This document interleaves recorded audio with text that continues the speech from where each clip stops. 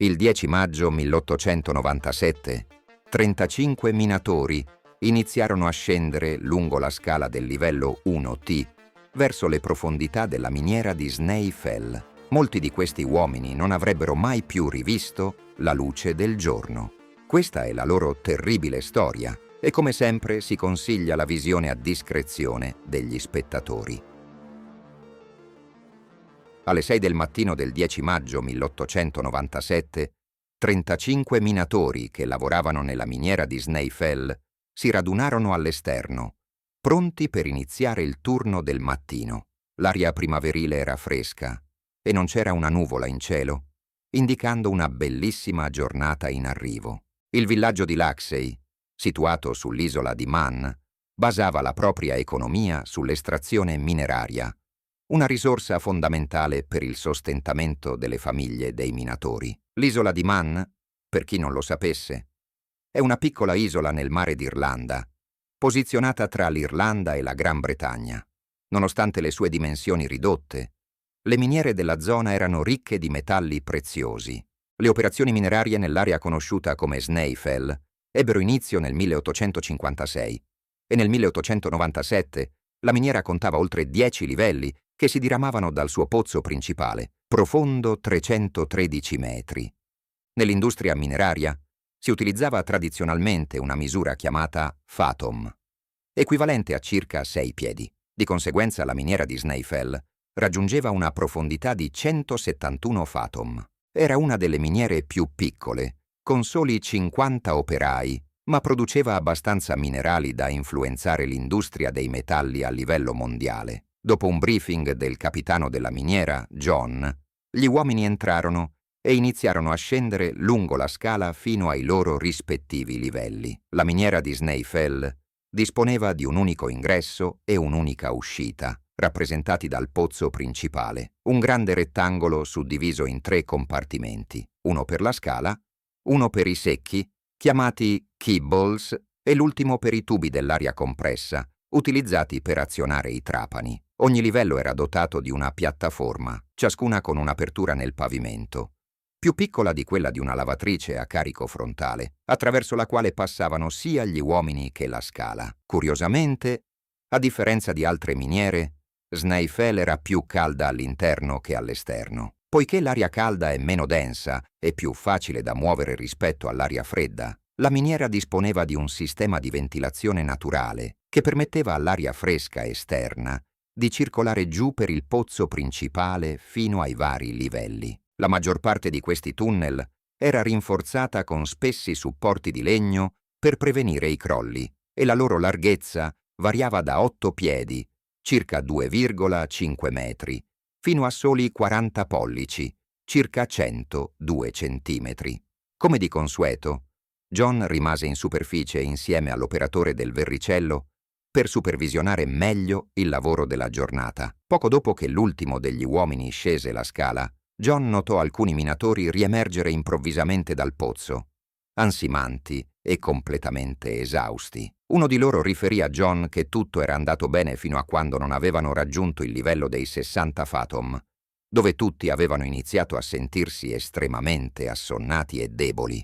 Mentre John ascoltava, altri minatori si trascinarono fuori dal pozzo, ancora più letargici dei primi, e alcuni persero i sensi appena raggiunta la superficie. Sapendo che qualcosa stava andando terribilmente storto, John urlò agli uomini meno colpiti di mandare aiuto dalla miniera di Laxey, situata a pochi chilometri di distanza. Dato l'ordine, John iniziò a scendere la scala e incontrò altri minatori intorno al livello dei 60 fathom, che facevano ancora più fatica a risalire. Nessuno a quel livello era cosciente, ma John sapeva che non sarebbero sopravvissuti ancora a lungo se non fossero stati portati fuori in fretta. Nel frattempo, alcuni dei primi minatori fuori dal pozzo si ripresero abbastanza da tornare a incontrarsi con John e quasi immediatamente cominciarono a sentire nuovamente gli stessi sintomi che li avevano costretti a risalire. Tuttavia, non avrebbero lasciato nessuno indietro.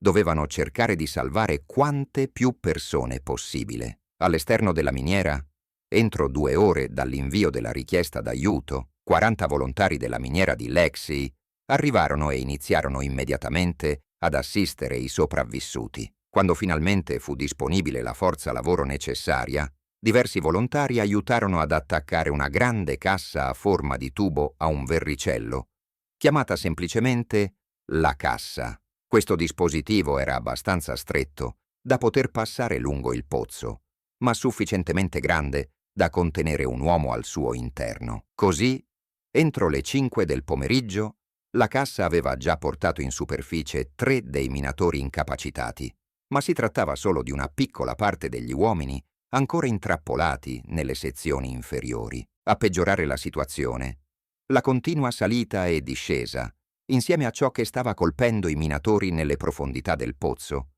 aveva un impatto devastante sugli sforzi di salvataggio. Nonostante i suoi 65 anni, John si mise seriamente in pericolo, effettuando ben 10 viaggi di andata e ritorno per salvare quanti più uomini possibile. Mentre tutto questo accadeva, la notizia si diffuse rapidamente nei paesi circostanti. Un medico di Laxey si precipitò sulla montagna non appena venne a conoscenza della situazione. Nel frattempo, nella capitale Douglas, il governatore del distretto venne a conoscenza della crisi e si mise in contatto con G.J. Williams, assistente ispettore delle miniere britannico. Williams si trovava sull'isola per una serie di ispezioni di routine e, appresa la gravità della situazione, si affrettò a raggiungere la miniera di Snae Fell. Alle 6 del pomeriggio, Williams arrivò sul posto e radunò John, il medico e il capitano della miniera di Laxey per coordinare gli sforzi di soccorso. Successivamente,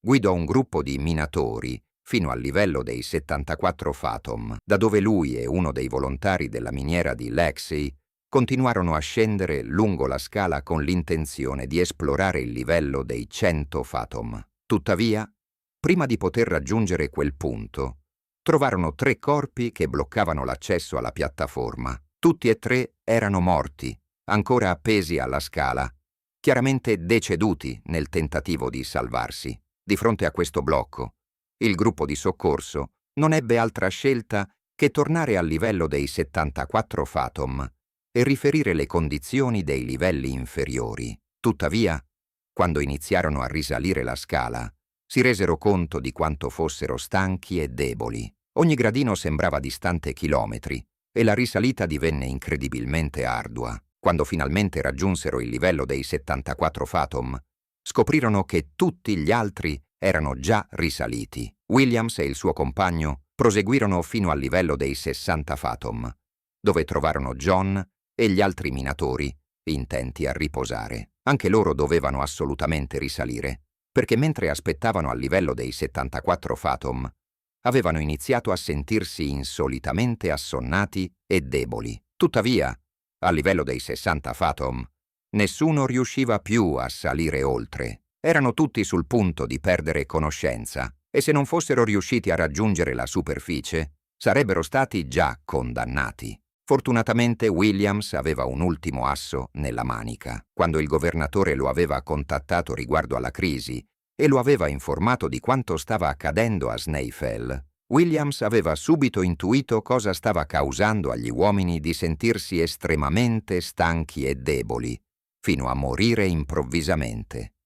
Durante il tragitto verso la miniera, si era fermato in un negozio e aveva acquistato una piccola quantità di clorato di potassio, una sostanza che, bruciando, produce ossigeno. A livello dei 60 fathom, con il gruppo di soccorso ormai allo stremo delle forze, Williams raccolse alcuni giornali accartocciati e li sistemò sul pavimento della piattaforma. Poi accese un fiammifero e lo posizionò sul mucchio di giornali. Quando il fuoco prese piede, Williams estrasse la busta che aveva con sé, prelevò una piccola manciata di polvere e la spruzzò sulle fiamme, che aumentarono di intensità. Dopodiché Williams disse a tutti di chinarsi verso il fumo prodotto dai giornali e di respirarlo. Dopo qualche profonda inalazione, incredibilmente, il gruppo di soccorso iniziò a sentirsi un po' più forte, recuperando abbastanza energia per completare la salita verso la superficie. La sostanza che Williams aveva portato con sé era clorato di potassio. Quando brucia, non emette fumo tossico come il legno, ma produce ossigeno. rivitalizzato dall'ossigeno, il gruppo di soccorso riuscì a recuperare 3 corpi dai livelli superiori durante quel viaggio, ma purtroppo nessuno di quelli trovati era ancora vivo. Dopo quell'esperienza nella miniera, Williams, John e il capitano della miniera erano convinti che chiunque non fosse già uscito quella mattina non ne sarebbe mai più uscito vivo. Lo sforzo di salvataggio terminò quella notte, lasciando il gruppo a discutere sul da farsi. Sapevano che qualunque cosa stesse colpendo i minatori era molto più intensa nei livelli più profondi della miniera. Inoltre, notarono un sottile odore dolciastro di legno bruciato proveniente dalle sezioni inferiori, anche se non c'era alcun fumo visibile a indicare un incendio. Tuttavia, era chiaro che qualcosa aveva saturato le parti più profonde della miniera con una concentrazione letale di monossido di carbonio. Con i minatori rimasti presumibilmente morti e i livelli di monossido di carbonio ancora elevati nei luoghi dove si trovavano i loro corpi, sarebbe stato più sicuro aspettare che la miniera si sgombrasse prima di procedere al recupero. John e Williams, tuttavia, sapevano che il calore all'interno della miniera avrebbe accelerato la decomposizione dei corpi, quindi decisero di avviare il recupero la mattina seguente. All'alba, minatori e altri volontari arrivarono per offrire il loro aiuto. Quella giornata portò al recupero di 10 corpi, ma durante le operazioni, uno dei volontari di un'altra miniera fu così sopraffatto dai gas che perse i sensi e dovette essere trasportato in superficie con la cassa. Il 12 maggio furono recuperati altri 5 corpi e lo sforzo di recupero raggiunse il livello dei 115 fathom. Ma mancava ancora il corpo di un minatore che non era stato localizzato. Sfortunatamente, dopo aver controllato ogni angolo delle sezioni accessibili della miniera, risultò chiaro che l'unico posto in cui poteva trovarsi era a una profondità ancora maggiore. Il problema era che l'aria a 115 fathom era ancora così pesantemente satura di monossido di carbonio che scendere ulteriormente sarebbe stato ancora più pericoloso. Williams, determinato a scoprire esattamente quanto gas stessero inalando, calò delle bottiglie d'acqua dalla superficie e una volta giunte al livello dei 115 fathom, le svuotò per far entrare l'aria circostante, che sarebbe poi stata portata in superficie per essere testata. Tuttavia, dopo aver lavorato sul terzo campione, Williams improvvisamente perse i sensi e rimase inerte sulla corda a cui era legato. Fortunatamente, gli uomini che tenevano la corda riuscirono a tirarlo su fino al livello dei 115 fathom, ma Williams era ancora privo di sensi. Uno dei soccorritori, agendo rapidamente, perforò il tubo dell'aria compressa che correva lungo il pozzo e premette la bocca di Williams contro il foro, permettendogli di inalare aria fresca direttamente dal tubo. Dopo qualche minuto, Williams riprese conoscenza, ma era ancora troppo debole per proseguire e dovette essere portato in superficie con la cassa. Quando Williams fu finalmente al sicuro e sotto le cure del medico, uno dei capitani della miniera scese fino al punto in cui Williams aveva perso i sensi e riuscì a individuare l'ultimo corpo del minatore, che si trovava a circa 10 piedi sotto di loro. Tuttavia, come era accaduto a Williams, anche il capitano perse conoscenza prima di riuscire a recuperare il corpo e dovette essere salvato anch'egli. Più tardi quel giorno, il capo ispettore delle miniere britanniche, Sir Clement Lev Foster, arrivò finalmente a Lexi dopo un lungo viaggio dall'Inghilterra, ma ora, una volta sul posto, poteva ottenere un resoconto più dettagliato. Clement portò con sé una nuova prospettiva e idee fresche. E poiché l'urgenza della crisi era ormai svanita con la conferma della morte dell'ultimo uomo, decise di non accelerare il recupero dei corpi fino al giorno successivo. La mattina seguente, Clement si recò alla miniera e il suo primo ordine, in qualità di nuovo capo delle operazioni, fu di interrompere i test umani per verificare le condizioni dell'aria all'interno della miniera. Nessuno sarebbe stato autorizzato a scendere finché l'aria non fosse stata testata in modo sicuro. Ordinò quindi di rimuovere la cassa dal verricello e di attaccare un normale secchio. All'interno del secchio, Clement sistemò delle candele accese e una lanterna e inserì anche un topo in una piccola gabbia. Se l'ossigeno fosse stato insufficiente a un certo livello, la candela si sarebbe spenta e il topo sarebbe morto una volta riportato in superficie. Osservando attentamente mentre il secchio veniva calato nella miniera, Clement notò che la candela si spense intorno al livello dei 115 fathom. Tuttavia, quando il secchio tornò in superficie, il topo era ancora vivo. Clement allora portò i capitani della miniera e Williams fino al livello dei 115 fathom per ripetere il test. Questa volta, lasciando il secchio per qualche minuto al livello dei 130 fathom, il topo morì. Clement ripeté questi test nei giorni seguenti, ma rimase perplesso dai risultati. Si aspettava che la qualità dell'aria migliorasse col tempo, ma ci furono solo progressi marginali. Parte del briefing ricevuto da Clement, quando arrivò, includeva l'informazione che tutte le porte di ventilazione nel pozzo principale erano chiuse. Tuttavia, sospettando che qualcosa non andasse, Clement volle una nuova conferma. John lo rassicurò che le porte erano chiuse, ma Clement sapeva che doveva esserci un errore. Infatti, scoprì che 2 delle porte di ventilazione al livello dei 100 fathom erano rimaste spalancate. Anche dopo averle chiuse, la qualità dell'aria non migliorò e Clement intuì che dovevano esserci altre porte aperte. Queste porte di ventilazione regolavano il flusso d'aria attraverso i molti livelli ramificati della miniera. Quando tutte le porte erano chiuse, l'aria scendeva direttamente attraverso il pozzo principale fino alle sezioni più profonde, senza disperdersi nei livelli laterali. Se anche una sola porta fosse stata aperta, il flusso d'aria si sarebbe diviso in più correnti. Aprendo abbastanza porte nei livelli superiori, l'aria nei livelli più profondi si sarebbe praticamente fermata del tutto. Incredibilmente, questo non era un problema nuovo nella miniera, era ben documentato e i minatori si lamentavano spesso della cattiva qualità dell'aria, soprattutto quando si allontanavano dal pozzo principale. Tuttavia, lavorare con tutte le porte chiuse non era un'opzione praticabile, poiché i lavori dovevano essere eseguiti in ogni galleria ogni giorno. Il sistema di ventilazione era così inefficace che la miniera doveva essere chiusa durante i mesi estivi di luglio e agosto, quando l'aria calda esterna rendeva le condizioni all'interno insopportabili, quasi fino al soffocamento, a oltre 100 fathom di profondità. Purtroppo, né la compagnia proprietaria della miniera né la gestione sembravano preoccuparsi troppo delle lamentele dei minatori. Nei giorni precedenti al disastro, ci furono 2 occasioni in cui la tragedia poteva essere prevenuta. La prima fu il 5 maggio, quando il capitano della miniera condusse un'ispezione. Nel suo rapporto trovò che la miniera era in condizioni soddisfacenti. 2 giorni dopo, un'altra ispezione fu eseguita, ma anche quel rapporto non menzionava problemi di ventilazione, anzi, dichiarava che il sistema di ventilazione funzionava perfettamente. Questo secondo rapporto fu redatto tra tutti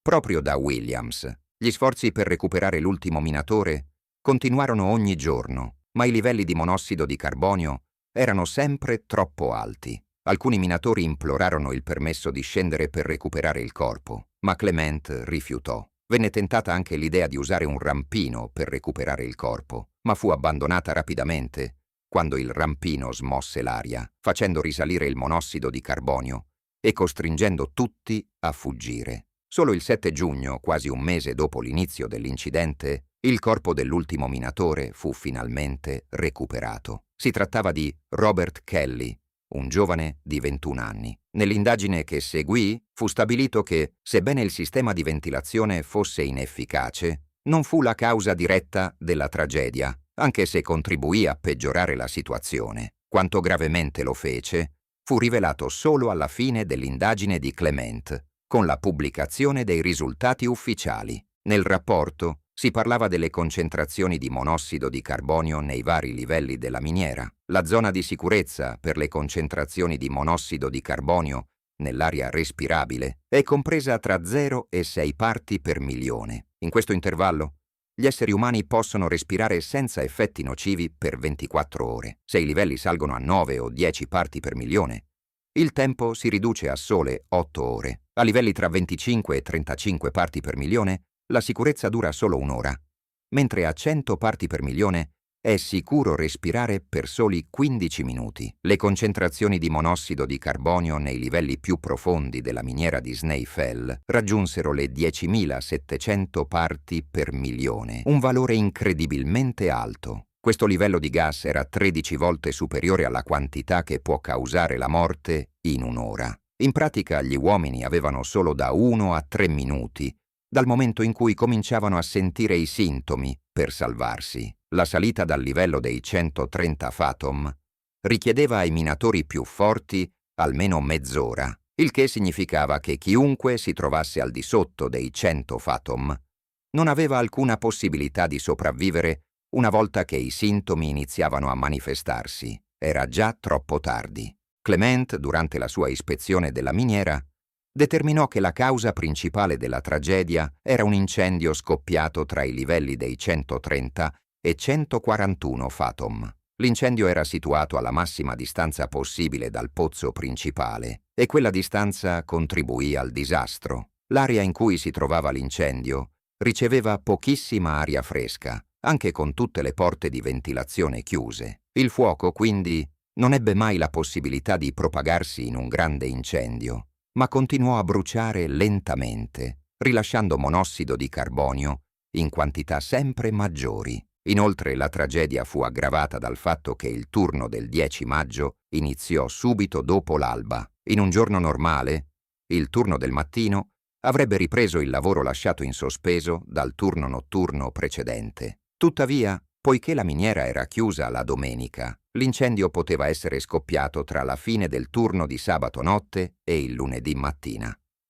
Nessuno dei minatori che lavorò il sabato notte riportò anomalie, il che indicava che il fuoco doveva essere iniziato in quel lasso di tempo. Clement teorizzò che l'incendio fosse stato causato da un minatore che aveva probabilmente lasciato una candela accesa vicino a una pila di legna al livello dei 130 fathom. Nella miniera non c'era elettricità, quindi i minatori utilizzavano candele e lanterne per illuminare i loro percorsi. Molti di loro usavano un pezzo di argilla sui caschi su cui infilavano una candela, creando una sorta di rudimentale lampada da testa.